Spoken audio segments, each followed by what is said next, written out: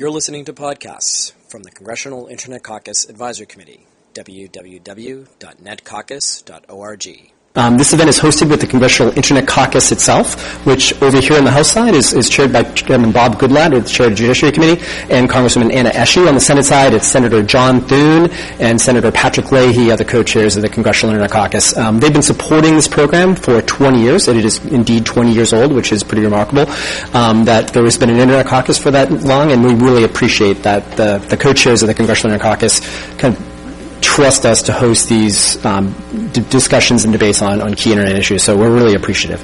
I'm going to introduce the moderator today, is Phil Bond, who is formerly the U.S. Undersecretary for Commerce and Technology at the Department of Commerce under the Bush administration, and Phil's a longtime friend of the project, and so I'll hand it off to Phil. Phil, thank you. Tim, thank you, and thank you to the great leadership of the Internet Caucus on both sides of the Hill for working with us on this event today. My mission here is to move the conversation along and get you engaged in it, because we really do want to have interactive discussion both up here and then questions from the crowd. So what I'm going to do is introduce quickly the four speakers you are going to hear from. We'll have kind of modules of discussion and then move to a more open discussion with the rest of you. Proceeding on my left and your right, we'll hear first from Ryan Narain, who is the leader of the Kaspersky Lab Global Research and Analysis Team, the U.S. Team of researchers.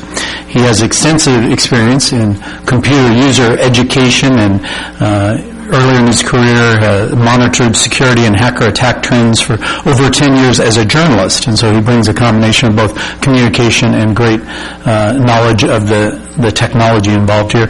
The U.S. Center of Kaspersky Labs employment here is in Woburn, Massachusetts. So he comes to us from there. Also coming to us from the Boston area, and here our second speaker is Danielle Scheer, General Counsel for Carbonite. Many of you will be familiar with Carbonite, a publicly traded secure storage and backup company. Danielle is the founding member of Carbonite's legal team. She oversees their global legal affairs, including compliance and guiding their international expansion efforts. Prior to Carbonite, she worked for the corporate and securities law firm Wilkie Farr & Gallagher, where she specialized in technology-related corporate matters. Interestingly, I thought of note too, Danielle named to the Boston Business Journal's 40 Under 40 list of emerging business leaders in Boston. Congratulations on that. Next, we'll hear from the U.S. government. Richard Downing, about 1 year ago, was selected to serve as the acting Deputy Assistant Attorney General for the Criminal Division at the Department of Justice. Earlier, he had served as Principal Deputy Chief of the Computer Crime and Intellectual Property Section, supervising prosecution on such matters as hacking, identity theft, intellectual property crimes, and others. He joined the department in 1999, so had been at the department for a good while now, and earlier served as assistant to a district attorney in Philadelphia. Last and certainly not least, we go to Dante Disparte. Dante is the founder and CEO of the Risk Cooperative, a strategy, risk, and capital management firm. So he's making his living and indeed writing books about how to manage risk in the digital age with fast changes. Prior to forming Risk Cooperative, he served as the managing director of Clements Worldwide, a leading insurance broker that operates in more than 170 countries. So that will be our lineup, and to get us thinking about this, I wanted to come up with a little bit of a scenario around ransomware that maybe most of our Hill audience could relate to. We're on the other side of an election, but let's imagine it's 1 week out from your boss's election. Last night, your boss and the other party's candidate had a debate, and that got a lot of press coverage, and your phones and email both off the hook. To make matters worse, there's a major donor event tonight for your boss, and so you're getting lots of calls, questions, and press attention around that. And now the presidential party nominee for your party is going to be at that event. And so now you have to merge donor files from the state party, the national party, and your district campaign effort. You need that by the end of the day. Your boss is calling because he's got to do interviews about the protesters outside the campaign office and has to have remarks rewritten for tonight. The press is calling because of the protesters. Your boss has accepted a TV interview, needs talking points for that.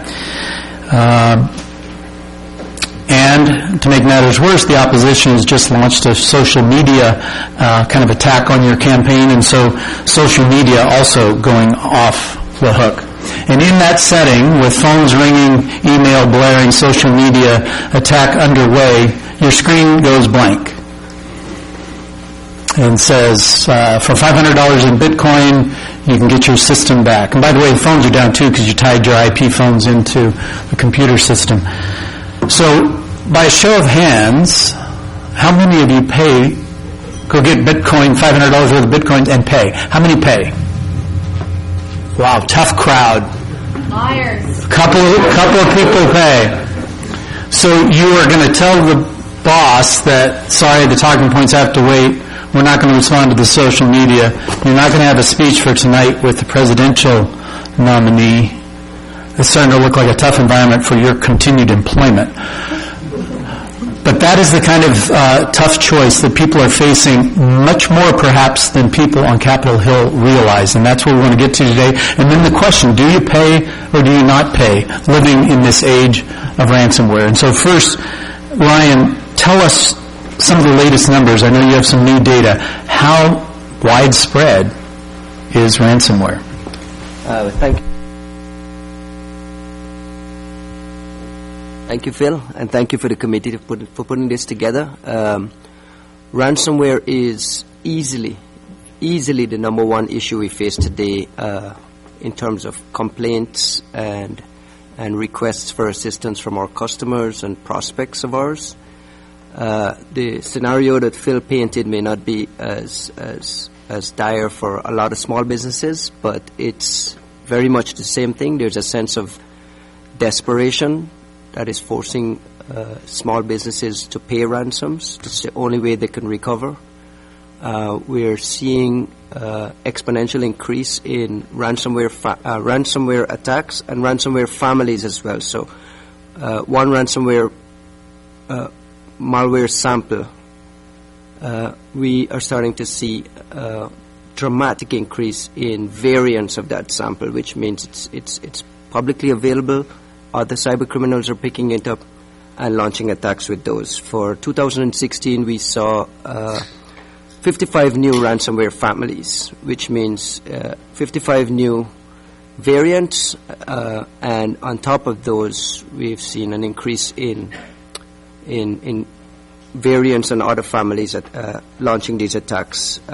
This has been a 10 to 15% increase in these types of modifications. At the beginning of 2016, our software was registering a ransomware attack every 20 seconds. At the end of 2016, it was a ransomware attack every 10 seconds in terms of ones that we're detecting. And we are the number 4. We're the number 4 anti-malware provider in the world, which means we're seeing just a small sample of what the bigger guys are also seeing. So you can extrapolate those numbers and get a sense of what it is. We just partnered with Europol and law enforcement agencies throughout Europe on a no ransom project that allows us to get access to servers and command and controls owned by cyber criminals so we can extract recovery keys for people to recover their files. And data coming out of that partnership shows that 1 in 5 businesses hit by ransomware is paying the ransom, and just about 2 in 5 are actually reporting it to law enforcement or are actually going public with this data. So all the numbers we're giving you here, I think it's a safe bet to assume it's on the low end. People are not very willing to come forward and say they've been hit.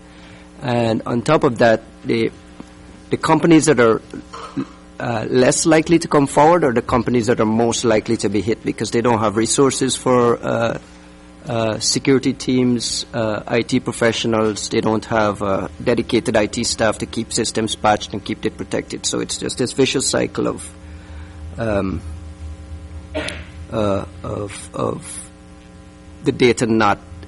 data being on the low end. And I just want to finish quickly with a quick anecdote. I travel around the country and around the world helping with user education around ransomware, helping businesses to be prepared helping them to, put together a recovery strategy and a risk management approach to dealing with this ransomware epidemic. And part of my spiel is never pay. People should never pay because it just emboldens cyber criminals. You have no guarantee of getting your data back, and it's kind of our official company policy. During the coffee breaks, people actually pull me aside and says, you live in your cloud telling people not to pay. The reality is we are so desperate, our entire business is down, we're out of business completely, and paying $500 like Phil suggested is our only option. So, I hope we could trigger a discussion here about, the reality on the ground for people facing these attacks versus, what policy should be. Couple of follow-ups, and I know other panelists may have some too. When you described the kind of mutations, the families, then each mutation makes that newest version impossible to decrypt, or you have to write a new decryption piece of software. Correct. So we've put together automated ways to handle the discovery of these new variants, and we've also built specialized tools to what we call smart signatures, where you write a signature for one family, and depending on characteristics of the others, you'll be able to detect the others. So it's becoming easier. It's not foolproof. We're still chasing our tails, so to speak. That's on technology side. I think it's a scramble to solve it, but the technology alone is not going to work. We need user education. We need people to stop clicking on stupid links on Facebook. But on all these things we've been saying for 10 years and it hasn't worked. Right. User education hasn't worked. So we need to have the technology component, partnership between law enforcement and private sector, government policy. And I'm not a policy guy. I'm not a politician at all. I'm just a researcher. These guys have the harder task of figuring out how do we get a grip of this, and what does ransomware look like 5 years from now, 10 years from now. It's we saw this coming 10 years ago. This ransomware issue is not new. It's been around for a long time. It's now kind of bubbling up into an epidemic. Well, where does it go 5-10 years from now? It's something we really need to start thinking about. I have some ideas, but one follow-up for you and one for the crowd. Do you have any numbers, Ryan, on what percentage of folks who pay then do not unlock? So the criminal does not honor their deal. We don't have raw data because, again, their actual numbers on people reporting it is hard to get. What we do find is, and this is something that's really even more worrying, is a ransomware sample might get posted to the internet, or a toolkit that creates it gets put on dark websites, open source, so to speak, and then that makes it easy for anyone to become a ransomware guy. And kids and script kiddies everywhere are picking up these files, creating ransomware variants and launching attacks, and they're not implementing the encryption routines and the schemes properly. So even if you pay, they have no way of even getting the keys back to you because it's not properly Your files are gone forever. The other thing to keep in mind, how many people here are familiar with wipers, like pieces of malware that are capable of wiping out your entire? On a technical level, there's no difference between ransomware and a wiper. The ransomware basically just encrypts the files and demands payment for a recovery key. It's the same. Technically, they have the capability of wiping everything from those machines, and wiping your company out of business. And Daniel will talk about the importance of backing up and making sure that's part of the recovery process. But imagine, again, on a technical level, imagine down the road some very sophisticated attackers looking to do wiper-style attacks. Backup will be your only recovery option. So, there's a lot of moving parts in this discussion that I think it's very important for people to wrap their heads around how severe the issue is today, the possibility of how much more dangerous it can be, and 5-10 years from now with the emergence of IoT and everything being connected. where does ransomware go next? Is it just going to be limited to PCs? Are we going to start seeing ransomware hitting connected alarm systems in people's homes? I mean, these are all technical possibilities. And wherever there's money and wherever there's a profit motive, the cyber criminals will go there. We've seen this over the course of the last 10 to 15 years. So it's only logical that we'll see it moving forward. Mm-hmm. Before we transition to Danielle, show of hands, have any of the staff heard from people in the district about ransomware? Or has it been crickets? We have one. Anybody else? It's kind of what I suspected, that you're not going to hear like you do on so many other issues back home with, when they say you got to fix this.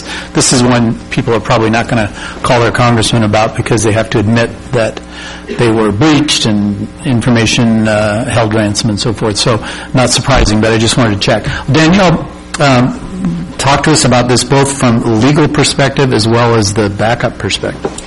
So that was a really good question that you just asked. That's going to change. In the next 10 years, probably less, in the next 5, every single one of you will become a victim of ransomware. I'm positive of it. Put money on it. You guys can all take my email address, which will probably change over the years. And you can, it's sort of like when we all started out with email and everybody had an AOL email account. Like there should be probably nobody in this room who still has an AOL email account. But it's going to happen, right? Okay. Don't tell him. So I think one of the most important things that we can do today is ask for your help. And each of us have a different bent on this, but we don't actually have the answer. And I think the answer is going to have to come from the people in this room and a lot of your colleagues. So let me back up. I just wanted you to see where I'm going with these comments. There's a 3-prong approach today to dealing with ransomware. One is fortifying your boundaries, right? But a lot of people in this room and everybody on this panel can tell you they're already in, right? So you have to do that, but they're already in. Actually, everybody in this room should know that because probably most of your data has been stolen as a result of the last government hack that happened about a year ago. 2, use Kaspersky Solutions or something else like that to alert you when somebody gets in so that you can try to minimize the damage. And 3, have a copy of your data so that nobody can hold you ransom to get it back. That's the best that we have come up with so far. But there has got to be a better answer. And I'll tell you why. And also, make sure you have some kind of insurance because you are going to get sued.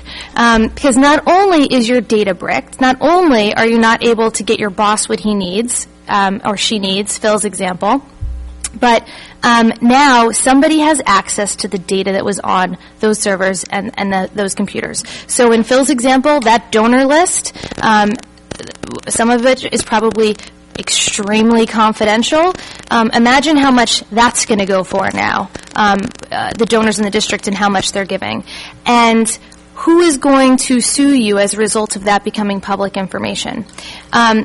I think that where we need your help is not on the technical side to prevent ransomware or to beat the cyber criminals, because there are really smart people who are trying to figure that out, and we should let them do that work.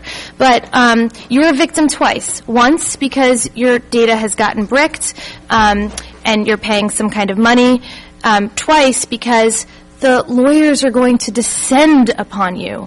You're going to get sued because personal data has been breached, because it's going to be used in some way. You might not even know what the damages are. And if a hungry plaintiff's attorney doesn't come after you, the DOJ is going to come after you. Sorry. But so we have to fix this problem somehow. You can't be a victim twice. I think everybody is starting to realize now in the aftermath of the TJ Maxx and Home Depot and or TJ Maxx and Target. And it actually recently happened with Seagate. All of their employee data was hacked. That these companies are actually victims, right? We should not also be going after them. And Carbonite, we come in because we provide the backed up copy for a really low amount of money. You can back up all of your data to the Carbonite cloud, and in the event that you become the victim of ransomware, you can get it all back. And that's important. But it doesn't solve the problem of somebody having your data, access to your data in the first place. And what are you going to do about that? I don't have the answer. But you guys are going to need to think through this, because it is going to become a reality of all of the small businesses in each of your districts, and it's going to become a reality probably for you personally. If you have if you have a budget on your PC at home along with all of your family pictures, if you somewhere keep a list of all of your passwords to get into your banks and your 401k, I mean, can you imagine what would happen if somebody got a hold of this? And it is so easy to do it. It's not just the stupid memes on Facebook with a link. Really sophisticated cyber criminals actually mimic the email addresses of some of your closest friends by studying your behavior. So, anyway. And I know, Danielle, you had a couple of thoughts, too, on kind of proceed with caution on the policy front, because we could wave a magic wand and say never pay ransom. U.S. businesses are not allowed to pay ransom, which would put a lot of U.S. businesses at disadvantage in a global environment. Yeah. Right. So proceed cautiously because of the Internet. Everything is a global policy issue now in this space. I think that's... Yes. So that's a really good thought to make sure that we leave you with, which is, and I guess you guys know better than anybody that when you legislate, it almost always has unintended consequences, and almost always not, with the best of intentions, right? And in this area, because technology adapts faster than law and legislation and politics, you have to be really, really careful. A policy like don't pay cyber criminals is just asking for people to be in violation of the law. And then there's going to be a whole bunch of litigation for people being in violation of the law, because that's just not a reality for some businesses.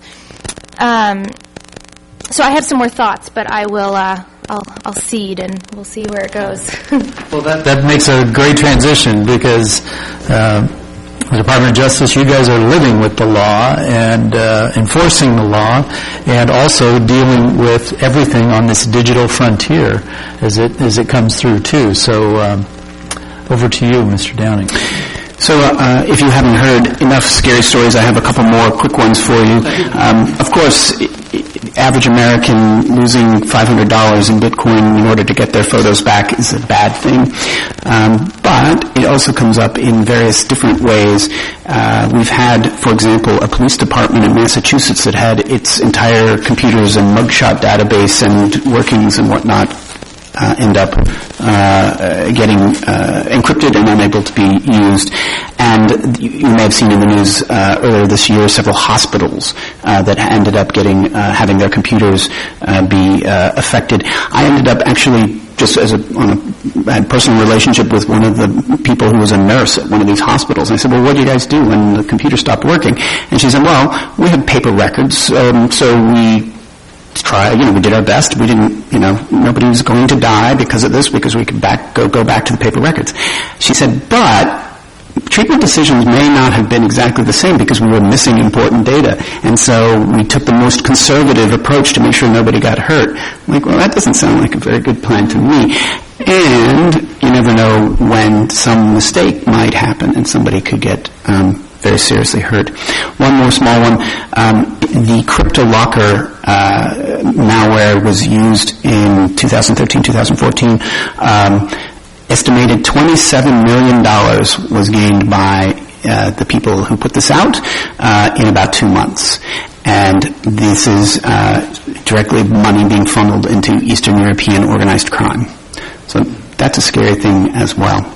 So why am I on the panel? What's the government's role? That's kind of the question I wanted to see if I could put out there. Certainly the government has a role in helping companies and technology firms to get the kinds of technological solutions out there that make sense, and in doing things like promoting information sharing. And so, of course, earlier this year, the Cyber Information Sharing Act, CISA, was passed by Congress. That's the kind of thing that can promote an environment where people are willing to share signatures and different kinds of pieces of security information that actually help the community, help the government protect itself, and help others in the community. These types of malware are often distributed through botnets and through malicious software, and so having the ability to share that information can be very effective in trying to prevent the initial infections from happening, which will then result in having the encryption engage and the ransom be demanded. The Department of Justice also has a cybersecurity unit, and one of the goals of that is, again, to share best practices and to help individuals and businesses think through the needs of trying to secure their own networks from the perspective that we have gained as a result of our many prosecutions of the offenders over the years. And so I would encourage you to take a look at our website for that. But I think importantly, and this is where I wanted to spend a little bit of time, is that part of the solution, in addition to the steps that have been mentioned already about securing your systems and building technologies to protect us, is that sooner or later, as Danielle mentioned, they're going to get in. What are we going to do then?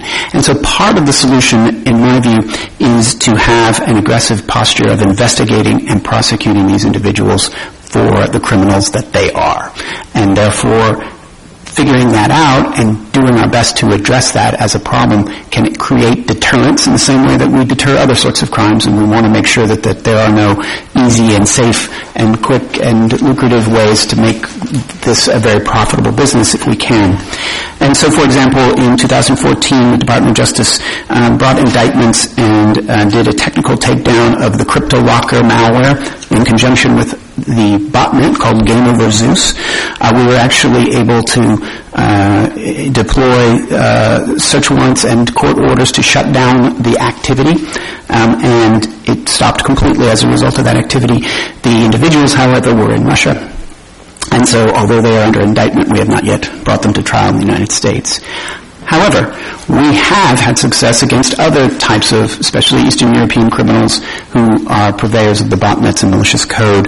And indeed, in April this year, the court sentenced two guys, Alexander Panin, who was a Russian, and Hamza Bendalaj, who was an Algerian, both extradited or brought to the United States, and they received long prison sentences. And this is the kind of thing that we want to do more of, is to create that deterrence that there is no person beyond the reach of the law, and that we can create that kind of deterrent message. And indeed, the FBI has dozens of investigations open at the moment. However, it is not an easy kind of investigation to do. And so let me just mention a couple of the hurdles. Very often the criminals use the Tor network to anonymize themselves and make it harder for us to identify them. They use Bitcoin, as was mentioned, and Bitcoin is very attractive to criminals because it creates irreversible transactions, unlike, say, PayPal, where you can call up to PayPal and say that I need a return on my credit card because I was ripped off. That can be done, but with Bitcoin it's irreversible, and it creates an anonymity that criminals like to exploit as well. The second one is the transborder problem. Very often, these attacks are coming from outside of the United States, and it makes it much harder for us to gather evidence when that evidence is located in another country, or the individuals themselves are located in another country. And so we've done a number of things as a department to try to beat this problem by building up good working relationships with the governments of the other countries, law enforcement agencies, so that we can count on their assistance and we can work together to try to bring, to gather evidence and to make arrests. And so that's one of our emphases as well. We also need to build our own technological sophistication as a department, as law enforcement agents, and this is obviously necessary if we're going to be able to do these investigations. We need to understand what's going on and understand the technologies, and we have very much looked to relationships with the private sector, with research companies, with antivirus companies that enable us to work together to understand the problems and to try to solve them. In order for us to be effective, though, we also need to get those reports of victims and victim information. So I would strongly encourage you, if you were in this situation, and to anyone who asks, part of being effective at responding in an investigative way is to have that initial report. There are ways for the average citizen to do it through the Internet Crime Complaint Center. It's an online form. It's very easy and to do, so that reduces the barriers there. But certainly if it's a significant case like a hospital that's been affected, having a direct report to the FBI or the Secret Service would be strongly encouraged. Let me beg to differ about whether DOJ will come after you. Nope, that's not what we do. We treat victims as victims, and we want to work with victims to make sure that we're doing what we can to help protect them, and, of course, so that we can use that information to go forward with investigations or perhaps put it with other information. Very often the question is raised, well, is it permissible or lawful to pay a ransom or not? It is not illegal to pay ransom to criminals. Let me just set that out there. You are not admitting to a crime if you come to us and tell us that you've been victimized and that you decided to pay. We still want to hear what's going on there. However, for the reasons that the earlier comments made clear, maybe not the greatest idea to pay a ransom. You may not get your data back and it'll be all for nothing. It may in fact signal to the hackers that you're willing to pay, and they might continue to up their demands. And as I mentioned too, it does have the effect of supporting organized crime, which is not a good thing as well. And so as a general matter, the U.S. government doesn't encourage the paying of ransoms. However, given that, we also understand that it's a serious decision, especially for businesses that need to protect their customers and their employees and their shareholders. And so, I'm not here to pass judgment, if you like, on whether that is a decision that you have to make. However, what I would emphasize is that decision is not mutually exclusive with reporting to law enforcement, and in fact, I would encourage that regardless of what you decide to do on the paying of ransom. One last hurdle that we face is actually one in particular for everyone in this room, which is legislative. One of the important things that we need to be able to do in order to address the ransomware problem is to look at the way that it's distributed through malware and through botnets. And so, on the one hand, there is actually a rule change as part of the Federal Rules of Criminal Procedure that will enhance our ability to address the botnet problem. And this is a change that we strongly support, that has been through 3 years of work in the judicial system through the committees on the rules, and was approved by the Supreme Court in April of this year, and is now imminently going to go into effect if Congress chooses to let that go through. The basic idea, though, just so that you understand, is back in 1917 when they created these rules, they said if you want to get a warrant, you have to go to the district where the property is located if you're going to search. But it doesn't make a lot of sense, especially in this context where a botnet or the victims of this are everywhere across the country. And so in order to get a search warrant, we'd have to go to 94 district courts around the country, which makes no sense at all. And so this is a venue decision in the rule change that would permit a single judge to accept a warrant and evaluate it and decide whether it's proper.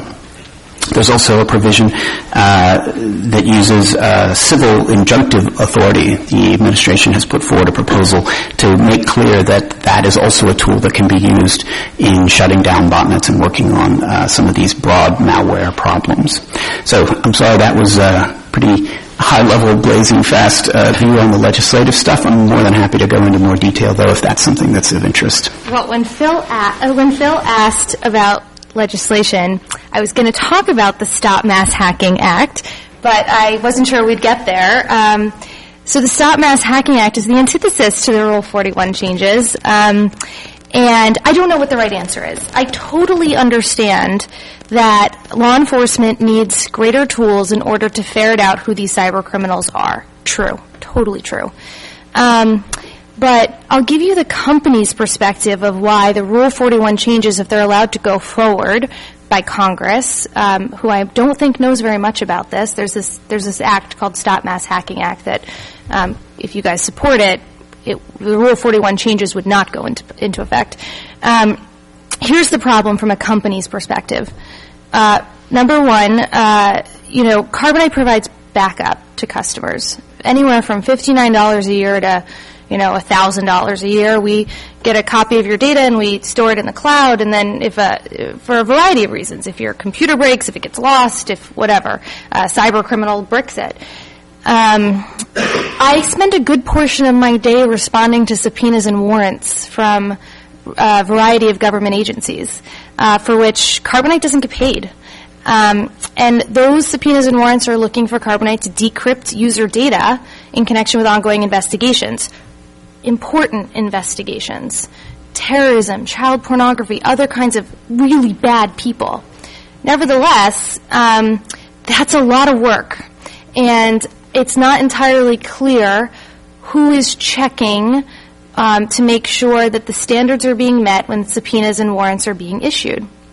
And the Rule 41 changes would allow judges, no matter of location, to request this information. So instead of you being in a jurisdiction, like if there's a criminal in Florida, a judge in Massachusetts can force, or a judge in Florida can force a Massachusetts company to respond to their subpoena, which has not been the case until late. That's actually, it's sort of like a legal headache, and lots of legal academics can disagree there. That's actually not what I'm most worried about. And I'd be interested in your thoughts on this, because I haven't had the chance to talk to anybody about the government's response. I think the problem with the Rule 41 changes is that, from my understanding, if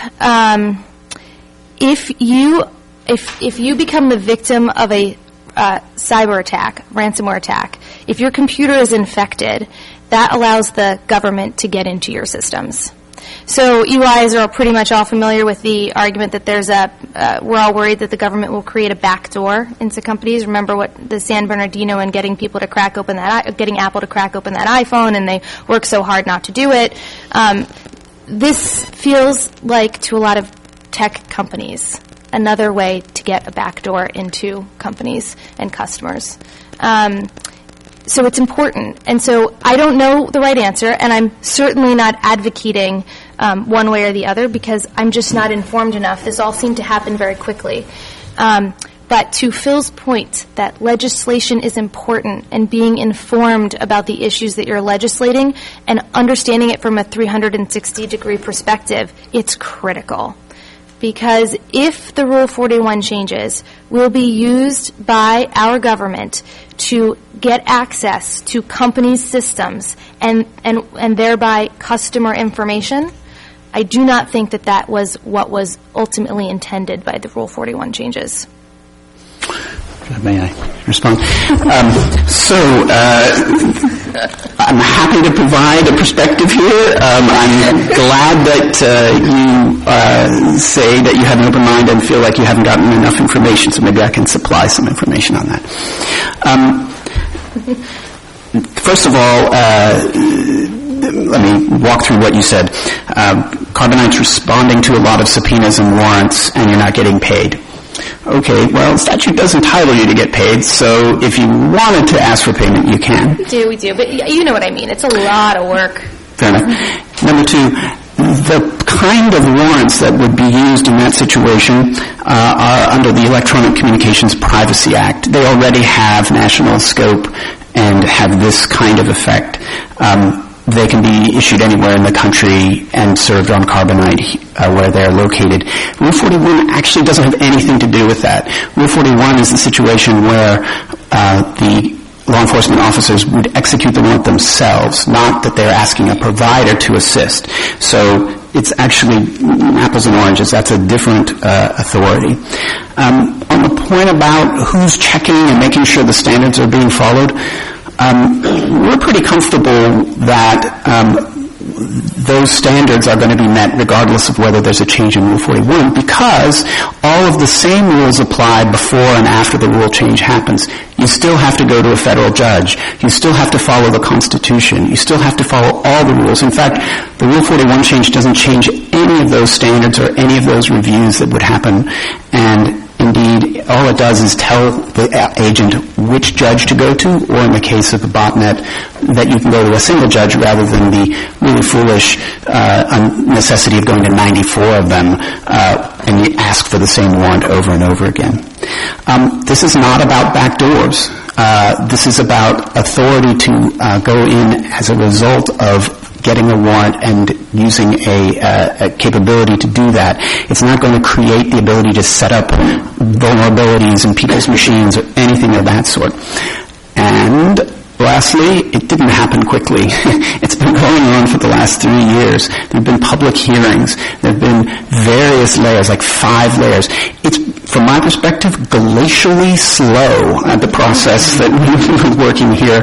And indeed, at every step of the way, judges and defense attorneys and academics have looked at this and gone, yeah, that makes sense. We should have this kind of authority. The Supreme Court unanimously said, yep, and moved it forward. So I really don't think it's fair to say that this was a sort of, as some people in the press have said, a secret process that's slipping this all by. No, this is the process by which rules are amended under the law, that the Rules Enabling Act that Congress passed, and it is the orderly way in which these things are done, and a lot of smart people have looked at this and said, this makes sense. So, my spirited defense of this is really important for law enforcement. Let me just add that as a footnote. Not only does it have this effect in the botnet context, but it's useful in going after really horrendous activities that are happening and using the anonymity provided by things like the Tor network, where we had an operation which saved 48 children from ongoing sexual abuse. This is only going to be possible if we have the ability to get a warrant to do that, and if the rule change doesn't go into effect, it tosses that all into doubt. So that's a question I would ask if someone says to you, should we oppose this or not? Ask them, what's going to be the impact on ongoing investigations involving very serious crimes where they use the anonymity of the Internet to be able to hide their really horrendous activity from law enforcement? Great, thank you. I'm glad we got there because it is a perfect Internet caucus style issue. The Internet, no boundaries, impacts public policy built on boundaries. And I'm glad we touched this issue because there is controversy between privacy and law enforcement on this. Great needs and great advocates on both sides of that. I'm sure you'll be hearing more, maybe a future Internet Caucus event. It's also appropriate we do it here in a Judiciary Committee hearing room because this is where this committee, among others, that has to wrestle with that. So, Rule 41, one other aspect of this whole consideration as we look at the repercussions from bad people getting at your information and then law enforcement trying to deal with that. Dante, bring us back here to the big picture. What we've just described, whether it is malware, ransomware, or whatever, is a fast-changing risk scenario for the companies that comprise our economy to operate in. In fact, in many ways, Rule 41 in law enforcement is just another risk factor because you got to think through what the risks to the information are. Bring us back to kind of the big picture here. How do companies deal with this today? How do they wrestle this to the ground and ensure themselves so they can move forward? Thanks, Phil, and thanks to my fellow panelists. A very interesting conversation so far. So I'm in the business of ultimately financing these unfortunate events when they occur. And I guess at a national level, I would take us all back to the moments before Internet commerce really took off. That the big scare back then was ID theft and phishing scams, and people were afraid of using their credit and debit cards online. And in the middle of this multi-trillion-dollar global e-commerce market stood risk. Risk was literally the thing that stood in the way. And so one of the attributes of defanging this risk was the concept of a zero liability proposition. And now I'm speaking really on a retail level, and I'll get to ransomware in a moment. But to the retail consumer, we didn't really unlock all of this value until retail consumers were told, whether it was by their banks and others, that you have a zero liability proposition when you buy online. And so unlocking this thing created an enormous amount of market value worldwide. And so I think if you fast forward to today, and there's no doubt that 2016 is the year of cyber risk, right? And I think this is very much the opening salvo. And I would completely agree with the testament that 10 years from today, everyone in this room would have gone through the very experiences we're outlining. But if you fast forward to today, and you think about which businesses will suffer the most from ransomware and cyber risk, it's the middle market, and it's the lower end of the economic food chain. The companies that create the jobs, the companies that employ the vast majority of our people are not able to withstand these types of shock events. And so when you think about my function in cyber risk, it's really business continuity. That when a ransom attack occurs, they're so successful at crippling the way companies create value, is that imagine a persistent ransom attack. Imagine that it's not weeks, but it's months, and it starts to erode into the very fiber of an organization, and you can't pay bills, and you're facing a prospect where you have to lay off your staff and all of the rest.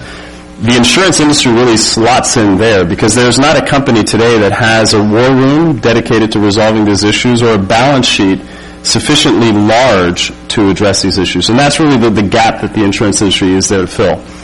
But I think one of the ways we'll start to really bring much more public disclosure and really start to defang cyber risk, but particularly ransomware, is by really going after this zero liability proposition. The double whammy that was just described, that Danielle described, you could defang one aspect of it, partly through legislation, but partly through the same way we addressed, phishing scams and the things that stood in the way of online purchases, is that you have to have a zero liability proposition, particularly for small to mid-sized enterprises. These are the companies that are most vulnerable, they're least prepared, they don't have the type of cyber budget to outspend, the way the largest companies in our economy can. And so those firms are the most vulnerable, and they're, at the same time, the least prepared. But how to respond to a ransom attack? So kidnap and ransom insurance is a good place to start, to look at what were the economic motivators and the other motives of a general kidnapping. And the property of a ransom, whether it's a cyber ransom attack or a physical one, are exactly the same. It's not a ransom unless someone's triggering you to do something, change a course of action, pay a fee. The economic kidnappings can all be resolved. It's the political ones that scare the heck out of us, right? So, and we saw this taking place in the insurance market years ago, when express kidnappings and kidnappings in Mexico and different parts of Latin America, an entire cottage industry blossomed around resolving this, and most people got out safely when there was an economic motive at play. Companies, and really the Sony Entertainment hack would be the very first, most prominent example. It was an attack on Sony that had no economic motive whatsoever. It was purely political. It was driven by a nation-state actor. And the motive really, and they successfully proved that they could cripple a firm of that size. This is a massive global enterprise, and every facet of its value chain was brought to a halt. So, on pay, not pay, I say wherever there is an economic motive, the payment is only driven, and it's only really a point of deep pressure for companies that don't have a plan. Right? So if you're put in a corner and you don't get to call on Lloyd's or you don't get to call on companies like ours to help you out, then you have no choice but to pay at some level, right? And so I'm glad you've made it clear that paying doesn't produce necessarily a legal consequence, although it certainly brings with it a reputational consequence. I think on the issue you have to pay these claims, and those firms that have insurance programs behind them, insurance, depending on how you've structured it, will typically respond to one of these types of economic ransom demands with a cyber attack. But the real issue, I think, is a broader one of how to defang these types of risks to the middle market. Those are the companies that are most vulnerable. They're the ones that have, I think, the most to lose, and they're the least prepared. And information sharing, already mentioned, could be a huge part of that. Yeah. If we can get small and medium-sized businesses into information sharing bodies and really doing that. Again, resources are a challenge. It's not like they have an IT department usually. So thank you for that. Well, let's open it up to some questions from the audience. if you have a question, raise your hand. I'll acknowledge you. Tell us who you are and belt out your question loud enough for everybody to hear. Real opportunity to address some experts here. While I'm waiting on that first brave questioner to stand up, I'm going to ask Ryan to comment. Mr. Downing mentioned deterrence as one of the real goals here. And I think you have, if not data, at least years of observation that deterrence seems to really work. The criminals go where the lowest barrier is. It does. The issue we find as we deal with ransomware, and we have this no ransom partnership with law enforcement agencies, mostly in Europe. We're in discussions to have some U.S. law enforcement partners join. Is like Mr. Downing explained, a cybercriminal. Most of the cybercriminals in the ransomware sphere are in Russia, Ukraine, Romania, Bulgaria. The best we can do is get access to their command and control servers that store the recovery keys. I try not to say decryption keys because this gets lost in the Apple versus the government discussion. So I try to say recovery keys are stored on these command and control servers, and the only way we can get access to it, it's illegal for us to go get it without the assistance of law enforcement. And our priority as a computer security company is just helping end users get recovery keys, free recovery keys that they can retrieve their data without having to pay the ransom.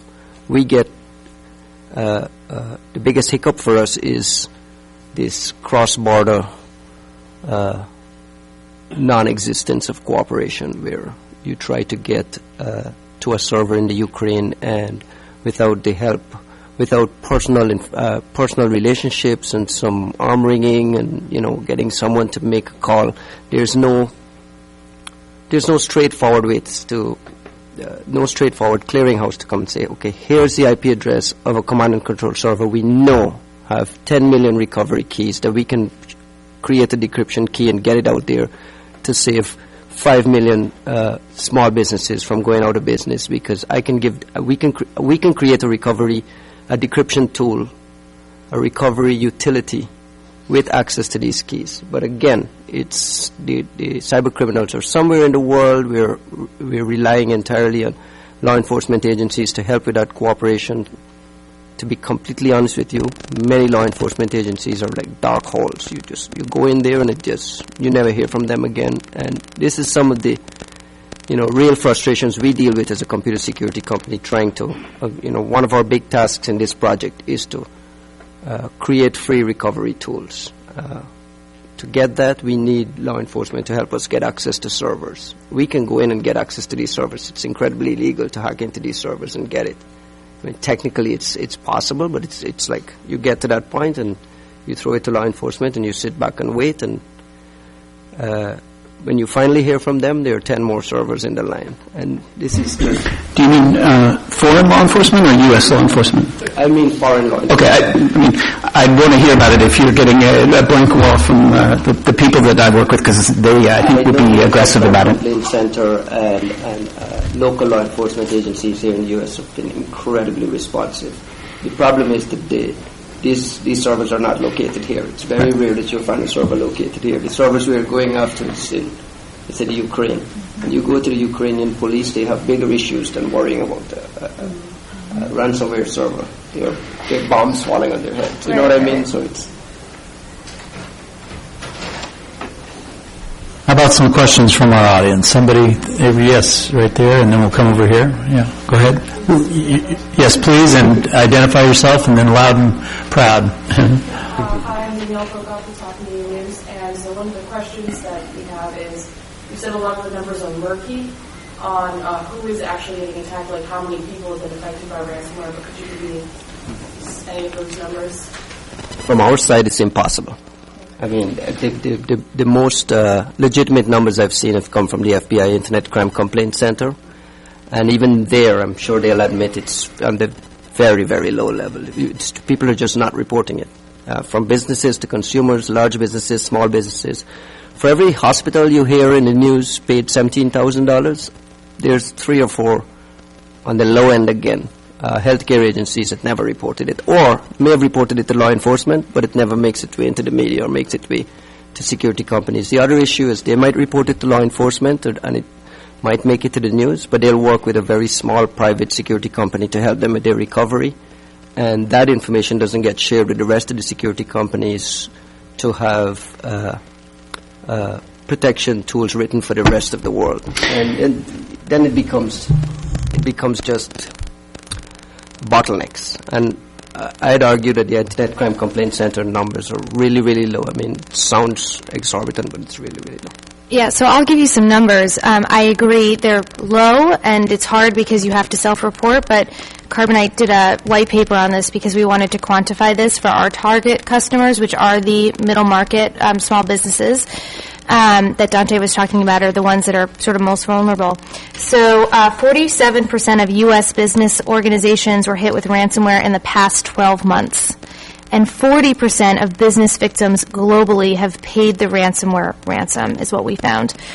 2,315,931 global users have been affected by some type of ransomware between April 2015 and March 2016. So I can validate that we have more or less the same numbers. We just don't believe they're reliable. Because you think they're too low? We think they're way too low. Yeah. I saw the Department of Justice put out 4,000 attacks per day. In Q1 2016, estimated $210 million in payments and recovery costs, because it's not just paying the ransom. You have to wipe and make sure systems are clean and get staff in place to do all that. So you have to factor in recovery costs. And this $210 million, I would argue, is not even close to being the real number. Right? You covered it, yeah, absolutely. Someone else. Oh, yes, ma'am.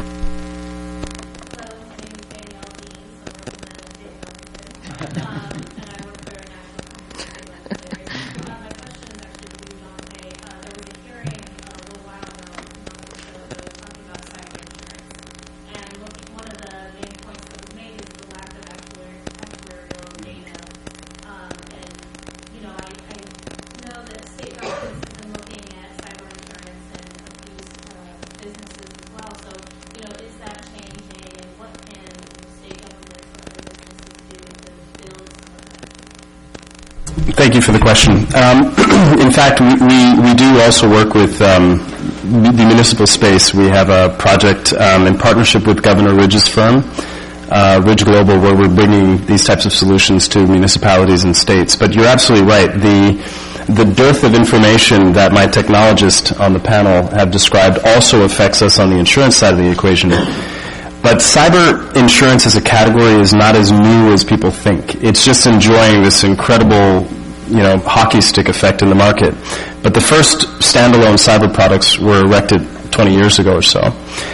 There is, however, a very deep lack of information, partly driven by the fact that despite how rapidly cyber is growing as a product category, very few companies buy it.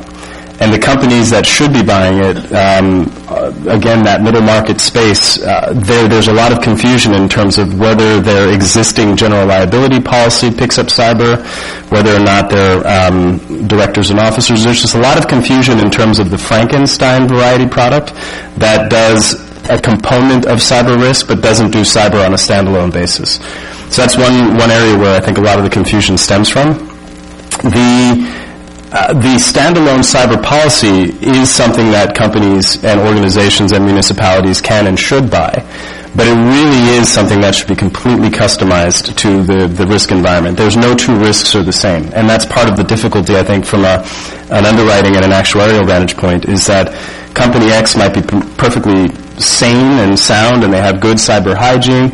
And recall that right now we're talking about external factors, but a lot of the cyber risks that would be passed on to the insurance market are due to insider threats between the keyboard and the chair, bad performance, not clicking on the right links and so on and so forth. So the underwriting environment is really laboring under a lot of darkness in terms of how they're approaching this risk. I would add one other note to that. Last month at Cyber Maryland, there was announced a new organization knitting together regional security groups and technology groups into what will be called Cyber USA. A key component of that is getting communities already in place in the states to share information and threats so they can share within their region and between regions to look for things that have hit different parts. And that's really targeted at small and medium-sized companies because the big companies are sophisticated enough to do this. So I would say NCSL and governors and others need to kind of plug into that effort and make sure we're knitting these small and medium-sized companies through their trade associations into a national sharing regime. We can talk. Yes, please.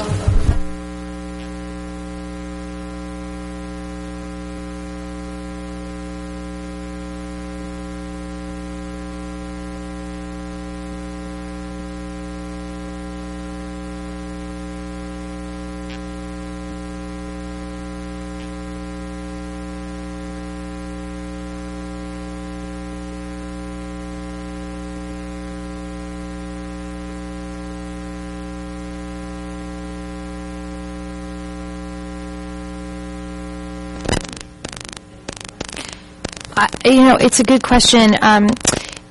When the hospitals were the subject of the cyber criminals, one of them in Massachusetts, actually, Carbonite was able to save, but it didn't help the situation that somebody had accessed personal health information. So think about it from, regardless of what the law is, because sometimes that's difficult to know. Think about it from the hospital's legal staff perspective. They're supposed to call somebody and say that a bunch of their personal health information of their customers has been breached. Whoa, what happens next? Because they're in violation of a whole bunch of regulations. And if I can, it's on that particular point where I think the opportunity from a legislative vantage point to create a cyber FDIC equivalent, some mechanism that addresses risk transfer, addresses the shared pooling opportunity, and I'm not saying do it for free, capitalize it, not unlike the FDIC is capitalized, but to really bring a proposition to particularly vulnerable industries, hospitals, financial sectors, etc., to bring them a proposition in which they face a very low or manageable near zero liability in the advent of these types of risks. That's a stroke of a pen. And it would really change attitudes internally in companies to come forward with these issues and address the double whammy.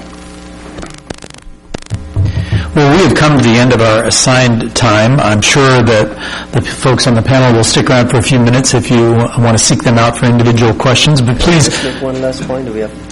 You can make one more point because then they're going to stop you with thunderous applause. But Well, I just want to quickly finish with by saying one of the frustrating things for us as security researchers and people in the trenches is that where we are today with ransomware, we knew this was going to happen 5 years ago. We spent a lot of time trying to push this message and educate people that this was coming. And now it's here and we're scrambling to figure out ways to fix it. We know what's going to be coming 5 years down the line with the emergence of IoT. We've seen the first IoT botnet cause all kinds of problems. What are we doing as a society to prepare for that?